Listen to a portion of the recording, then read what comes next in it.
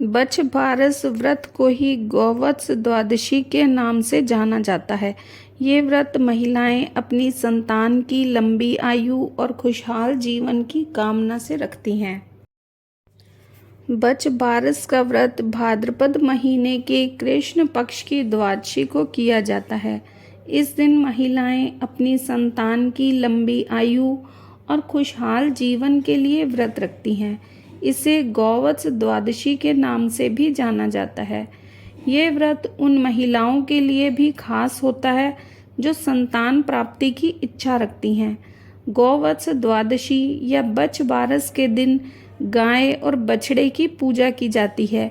साथ ही बच्छ बारस की कहानी सुनी जाती है। आज मैं आपको सुनाऊंगी बच्छ बारस व्रत की कथा। एक साहूकार था जिसके 7 बेटे थे।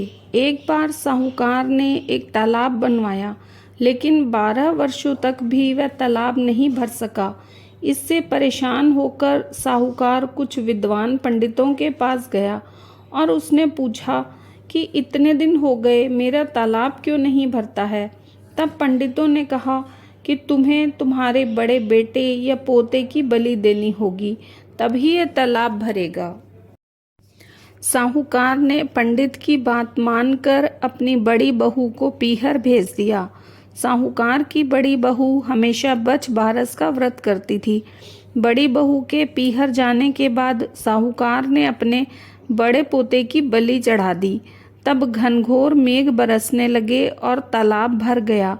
जब साहूकार अपने तालाब की पूजा करने जाने लगा तो अन्य लोग भी साहूकार के साथ तालाब की पूजा करने जाने लगे।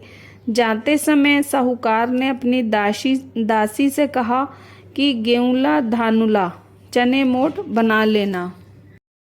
साहूकार की गाय के बच्चे का नाम भी गेउला धानुला था।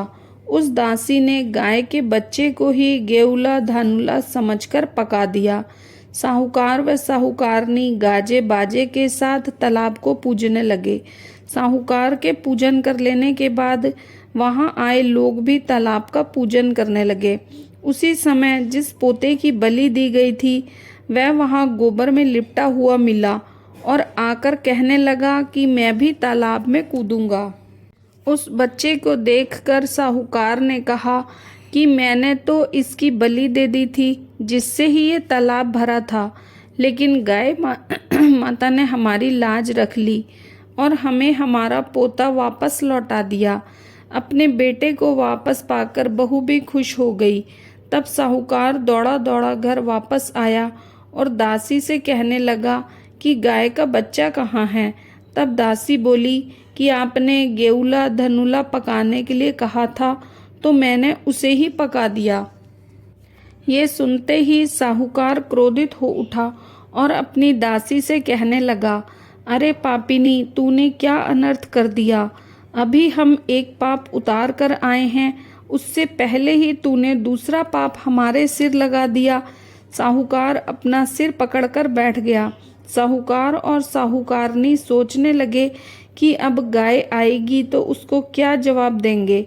साहूकार ने एक हांडी में गाय के बच्चे को डालकर खड्डे में दबा दिया। जब शाम को जंगल से गाय वापस आई तो वह अपने बच्चे को न पाकर चिल्लाने लगी और खड्डे में दबी हुई हंडिया को खोदने लगी। जब गाय ने हांडी को खोदकर निकाला तो उसमें से बछड़ा निकल आया। जब साहूकार को पता चला तो वह भी बछड़े को देखने के लिए गया तो उसने देखा कि बछड़ा तो अपनी माँ यानी कि गाय का दूध पीने में व्यस्त था। तब साहूकार ने पूरे गांव में ढिंढोरा पिटवा दिया कि सभी स्त्रियों को बच्छ बारस का व्रत करना चाहिए। हे बच्छ बारस माता, जैसे साहूकार की बहू को दिया वैसे हम सबको देना।